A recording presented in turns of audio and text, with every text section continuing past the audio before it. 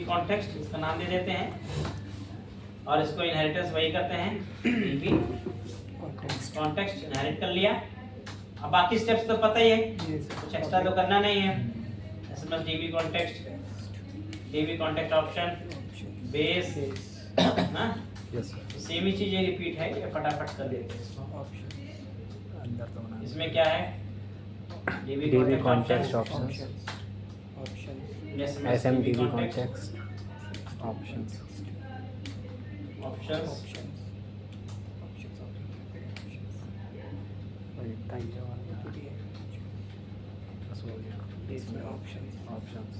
ठीक है। और फाइनली नेक्स्ट लेवल पे आपको क्या करना है, DB set प्रिपेयर करना होगा। पब्लिक DB सेट प्रोडक्ट का ही बनाएंगे यहाँ पर, ठीक है।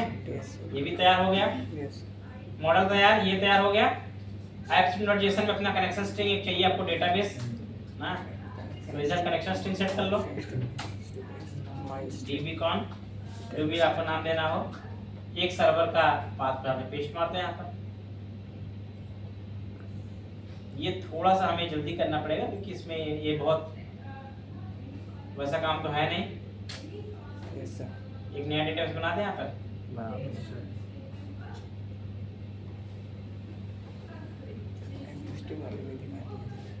थोड़ा सा टाइम लगेगा, 1 मिनट। ये एग्जिस्टिंग वाले भी दिखा दीजिए नया कोई माइग्रेशन करना पड़ेगा। एग्जिस्टिंग भी ले सकते हैं, ऐसा कोई इशू नहीं है।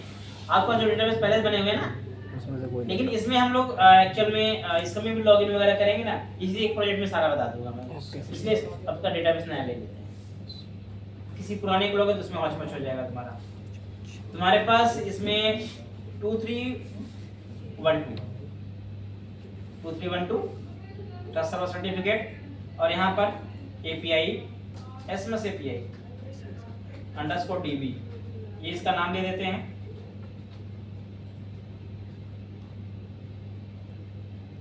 ये बन गया। प्रॉपर्टी उठाओ, कॉपी कंट्रोल A कंट्रोल, ठीक है। ये डन हो गया। dbcon नाम का आपका बना हुआ है। program.cs अब क्या करना है, program.cs के अंदर चलना है, जहाँ सर्विसेज रजिस्टर्ड हुई हैं। यहाँ पर builder.services add db context SMS db context ना, and then options arrow function. कितना इंटेलिजेंस आता है। सर छोटा कर दी साइड विंडो को। options dot add user SQL server side method हो गया। configuration dot get connection string builder dot configuration dot get connection string configuration dot get connection string, ये भी हो गया। यस हो गया। ठीक है, ये कर लिया आपने। बाकी ऑथेंटिकेशन सिलेक्शन बाद में कर लेना, कोई इशू नहीं है। माइग्रेशन परफॉर्म कर लेंगे। तो वो the NuGet package manager, package manager console, add migration. और मॉडल अगर आपको और बनाना हो तो बाद में बना लेना, कोई इशू नहीं है। ठीक है, M1 दे दिया नाम इसका।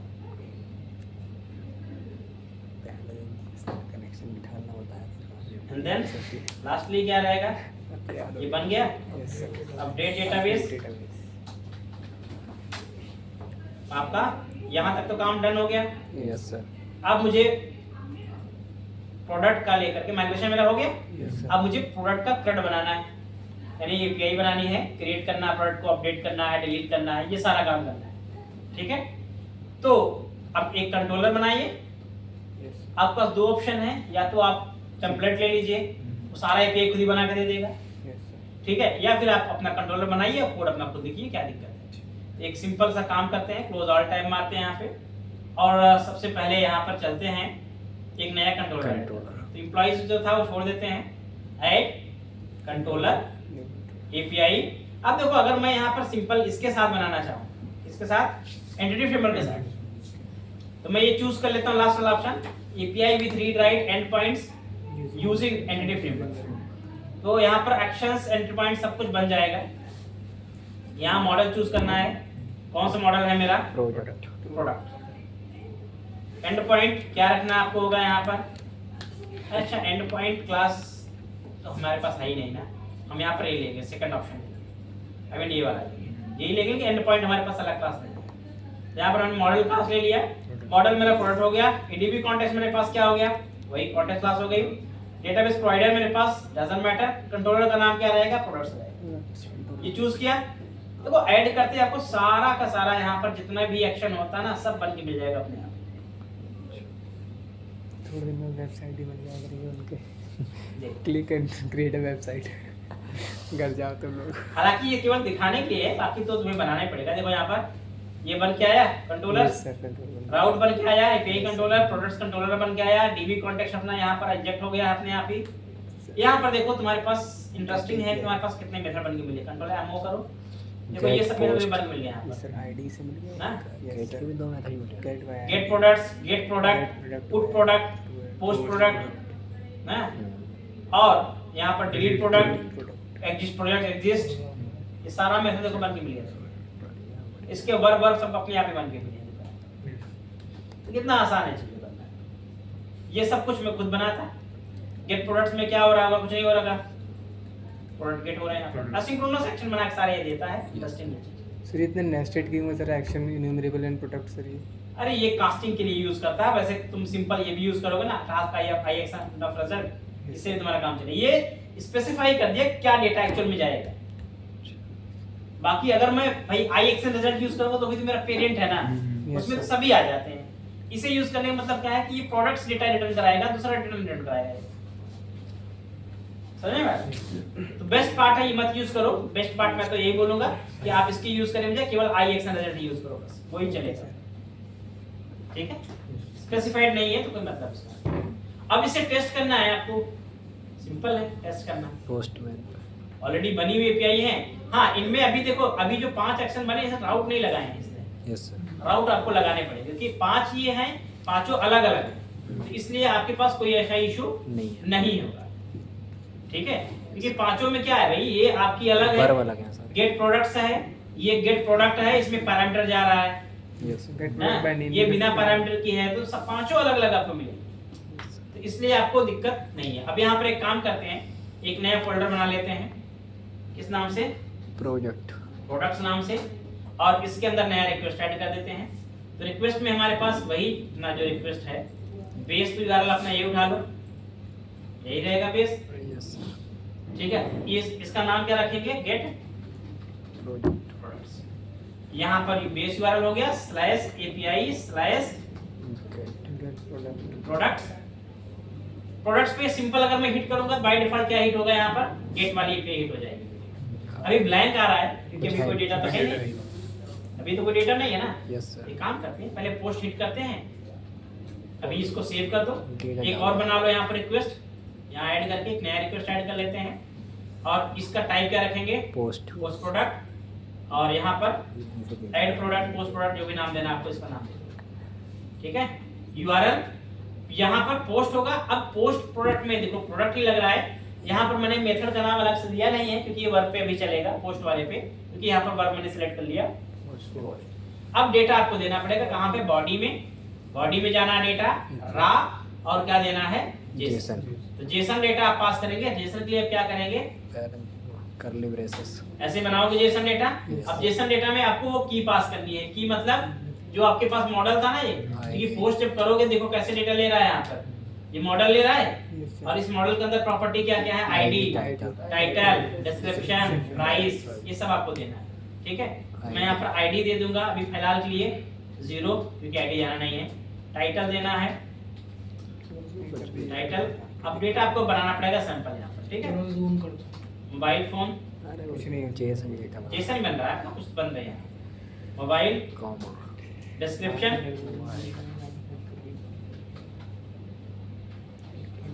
डिस्क्रिप्शन में क्या रखेंगे? टेस्ट DECR, और फाइनली क्या है?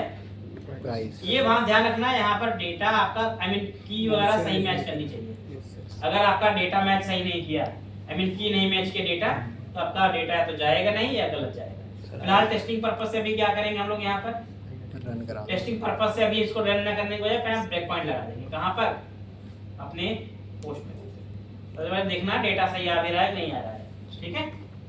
तो सबसे पहले अगर मैंने यहाँ पर हिट किया, रिक्वेस्ट को हिट करते हैं, जैसे रिक्वेस्ट हिट किया, अब ये कह रहा है description field is required, description मैंने गलत नाम दिया यहाँ पर, यहाँ वही एरर आ गई ना, स्पेलिंग मिस्टेक कर दिया। सेंड किया, रिक्वेस्ट मेरी देखो यहाँ पर आ गई डिबगर पे, डेटा यहाँ चेक करो, डेटा सारा आ रहा है, हाँ बिल्कुल सारा डेटा आ रहा है। F10 ऐड करेगा, सेव करेगा, ठीक है, और उसके बाद क्या करेगा, ये क्रिएटेड एक्शन, ऐड एक्शन मतलब कहाँ भेजेगा, ये गेट प्रोडक्ट भेज देगा। बस मैं यहाँ पर एक काम करता हूँ, इसको कंटिन्यू कर देता हूँ। देखो जो आपका डेटा बना था आपका यहाँ पे आ गया। अब अगर मैं कौन सी API हिट करूँ, गेट प्रोडक्ट वाली, ये वाली API अगर मैं हिट करूँगा मुझे डेटा देखो मिलेगा। तो डेटा पोस्ट भी हो गया, गेट भी हो गया। ये ऐड है, मुझे दूसरा प्रोडक्ट बनाना है, चलो दूसरा बना लेते हैं। लैपटॉप प्राइस चेंज कर देते हैं, पट वाला डाल दो, नया बन गया। अब डिबगर हटा लो, चाहे हमारा डेटा अगर तुम्हें पता चल गया सही आ रहा है हटा लो। ये भी बन गया, प्रोडक्ट आईडी 2 बनी यहाँ पर है, गेट वाली पे हिट करो, पता चलेगा 2 डेटा आ गया। सिंगल चाहिए होगा तो आपके पास क्या होगा, आपका एक एंड पॉइंट दूसरा बना सकते हो कि भाई मुझे स्पेसिफिक चाहिए ना, तो स्पेसिफिक के लिए हम क्या यूज करेंगे, यहाँ पे ये दूसरा एंड पॉइंट ऐड कर, रिक्वेस्ट ऐड कर देते हैं। ये टाइप इसका गेट ही रहेगा, ठीक है, लेकिन यहाँ पर मान लो मैं मुझे 2 आईडी वाला प्रोडक्ट चाहिए। कौन सा ये, इसकी आईडी क्या है, हमने कहा गेट सिंगल प्रोडक्ट, ठीक है, गेट सिंगल प्रोडक्ट नाम से दिया मैंने यहाँ पर, आप जो भी नाम देना चाहो हिट किया, यहाँ पर जिसकी आईडी 2 होगी देखो वही मिलेगा, ठीक है। तो यहाँ 3 रिक्वेस्ट बन गई, गेट प्रोडक्ट्स, ऐड प्रोडक्ट और गेट सिंगल प्रोडक्ट। ये कंट्रोलर के अंदर कोड समझ में आ रहा है, इसमें कुछ ऐसा एक्स्ट्रा तो है नहीं, यस सर, ठीक है। डिपेंड अपॉन कि आप करना क्या चाहते हो, कैसे करना चाहते हो, बस सिंपल सी चीजें वही हैं। रिस्पांस रिटर्न कराते जाओ, काम करते जाओ और आपका काम होता जाएगा। यस हम यहाँ पर अपनी देखो कुछ चीजों में, जैसे यहाँ पर आप ये लिखा गया है, इसने डायरेक्टली क्या कर दिया, असिंक रिटर्न करा दिया डेटा का। मैं कोई बात नहीं, मैं इसको अलग तरीके से भी हैंडल कर सकता हूँ, मैं इसको थोड़ा सा अलग भी हैंडल कर सकता हूँ कि भाई मुझे ओके में रिटर्न कराना है, नॉट फाउंड रिटर्न कराना है, जैसे भी मेरी मर्जी होगी।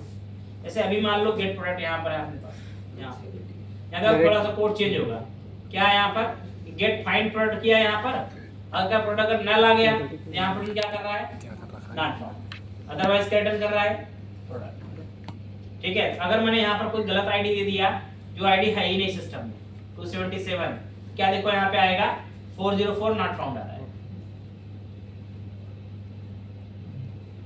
रिस्पांस इस तरह से आपके पास आ जाता है। ये सिंपल कंसर्न्स है, मेथड है, यूज कर सकते हो आप इसमें। तो ये अपने अलग अलग वर्ब पर बेस्ड मेथड है। प्लस अगर आपको ये मेथड वर्ब से नहीं यूज करने हैं, क्योंकि रियल टाइम ऐसा होता है कि भाई एक कंट्रोलर के अंदर 4-5 मेथड तो बनेंगे नहीं, मेथड तो बहुत बनेंगे, हो सकता है गेट के 50 मेथड बन जाए, हो सकता है 50 पोस्ट के 25 मेथड बन जाए। तो आपको हमेशा क्या करना पड़ेगा, राउटिंग करनी पड़ेगी। आप वर्ब के भरोसे नहीं काम कर सकते, क्योंकि वर्ब तो कहता है कि भाई गेट एक वर्ब का एक ही होना चाहिए, एक वर्ब का एक ही चाहिए, लेकिन अगर मान लो मल्टीपल बन गए तो मेथड आपको डिफाइन करना पड़ेगा। समझ गए? तो ये बहुत इंपॉर्टेंट चीज है, इससे पता होना चाहिए। क्लियर है बात? यस सर, ठीक है, यस सर, तो आसानी से हो जाएगा। अब ये बेसिकली ये तो कर लिया हमने अपन लोगों ने। अब इसमें लॉगिन रजिस्ट्रेशन कर लो आप। मॉडल बाइंडिंग वही होता है जैसे मैंने अपने बताया था, मॉडल बाइंडिंग अपने जो एमवीसी यूज करते हो आप, या तो हम मॉडल से डेटा लेते हैं, या अपना मेथड में अपने पैरामीटर से लेते हैं ना, या तो उससे लेते हैं, या फिर हम फॉर्म कलेक्शन से भी ले सकते हैं, फॉर्म से लेते हैं। तो अलग अलग तरीका होता है हमारे पास, हम कैसे डेटा को हैंडल करना चाहते हैं, कंट्रोल रिक्वेस्ट से कैसे डेटा लेना चाहते हैं, आपकी चॉइस पे डिपेंड करता है आप कैसे लेना चाहते हैं। ठीक है, तो कुछ तो बेसिक से तरीके हैं। कुछ एपीआई बनाना, देखो एपीआई बहुत ही आसान बनाना है, कुछ मुश्किल सा काम नहीं है। इसमें एक चीज है कंटेंट नेगोशिएशन, मैंने बताया क्या होता है। अब कंटेंट नेगोशिएशन करके देखना आपको कैसे करना है। तो कंटेंट नेगोशिएशन में सिंपल क्या मतलब है कि जैसे अभी डेटा मुझे क्या मिल रहा है, जी सर जेसन मिल रहा है। अब मुझे कल को एक्सएमएल डेटा चाहिए, जेसन नहीं चाहिए, मुझे एक्सएमएल चाहिए। तो मुझे अपने एपीआई में कोई चेंज नहीं करना है, एपीआई मेरा जैसा है वैसा ही रहेगा। केवल जब मैं रिक्वेस्ट भेजूंगा यहाँ से, ठीक है, तो मेरे पास रिक्वेस्ट में जाते हैं हेडर, क्या जाते हैं, हेडर जाते हैं। ये देखो रिक्वेस्ट के हेडर होते हैं, ठीक है। तो यहाँ पर मैं केवल अपने हेडर में क्या करूंगा, चेंजेस करूंगा, यानी कि हेडर में एक अपना रिक्वेस्ट हेडर और बढ़ा दूंगा कि भाई कंटेंट टाइप मुझे क्या चाहिए। वो क्या करेगा, आपको उस टाइप का डेटा रिटर्न कर देगा जो अपने कंटेंट टाइप को उसे बता दिया। समझा बात? उसमें कुछ भी चेंज नहीं, मतलब अभी जैसे कि अभी मैं आपकी इसको ठीक कर देते हैं, इसको हटा देता हूँ और मैं गेट प्रोडक्ट्स वाली एपीआई कॉल करता हूँ, ठीक है। ये मेरी कॉल करते हैं, अभी मुझे 2 प्रोडक्ट जेसन में मिल रहा है, ठीक है। वैसे अगर यहाँ पर हम एक्सएमएल चेक करें तो एक्सएमएल में भी देखो, अगर यहाँ रिक्वेस्ट रिस्पांस मिलेगा तो आपको जेसन मिल रहा है, लेकिन ये फॉर्मेटेड है। बट मैं एक्सएमएल चाहता हूँ, एक्चुअल में एक्सएमएल चाहता हूँ, ये रिस्पांस इस तरह की चाहता हूँ। यहाँ पे देखो एचटीएमएल मिलता है, जावास्क्रिप्ट मिलता है, स्ट्रिंग मिलता है, आपकी चॉइस है क्या चाहिए, बट एक्सएमएल चाहिए होगा मुझे। तो मैं हेडर में जाऊंगा, यहाँ पे सबसे पहले एक काम कर लेंगे, इधर ही ना कहीं हेडर रखा गया हो वेब एपीआई में, कंटेंट नेगोशिएशन का यहाँ पे पार्ट होगा। इसमें मैं कंटेंट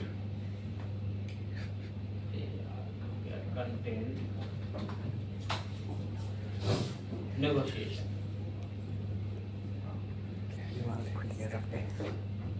क्या हुआ है, ओवरलोड हो रहा है, सब समझ में आ रहा है। अब इस कंटेंट नेगोशिएशन में आपको एट्रीब्यूट क्या पास करना है वो देखना है। देखो यहाँ पर हम यूज करते हैं एप्लीकेशन एक्सेप्ट एप्लीकेशन जेसन किया है, जेसन मिल रहा है। और अगर मुझे कुछ और चाहिए तो मैं यहाँ पे चेंज कर सकता हूँ। मुझे चाहिए एक्सएमएल, तो देखो जहाँ पर आप एट्रीब्यूट यूज कर रहे हो ना, एक्सेप्ट, यहाँ पर अभी क्या लगा है, स्टार लगा है, ठीक है। मुझे क्या करना है, यहाँ पर चेंज करना है इसको, तो इसे हटाते हैं, यहाँ ऐड करते हैं एक्सेप्ट और एप्लीकेशन एक्सएमएल कर दें इसको, रिक्वेस्ट को सेंड करें,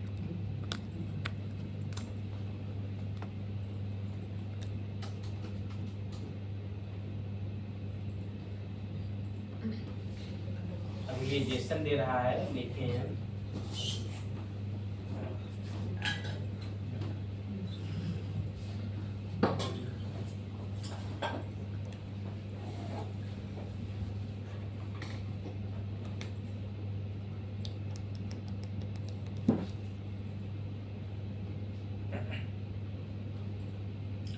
क्या लगता है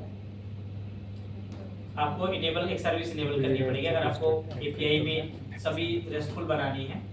तो आपको क्या करना है, कुछ बेसिक ज़्यादा नहीं करना है, प्रोग्राम CS में जाना होगा अपने, और यहाँ पर एक सर्विस इनेबल करेंगे हम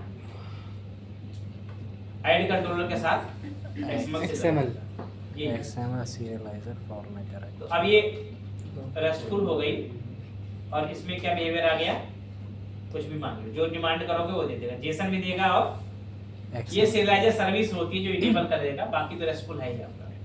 अब यहाँ मैंने रिक्वेस्ट सेंड किया और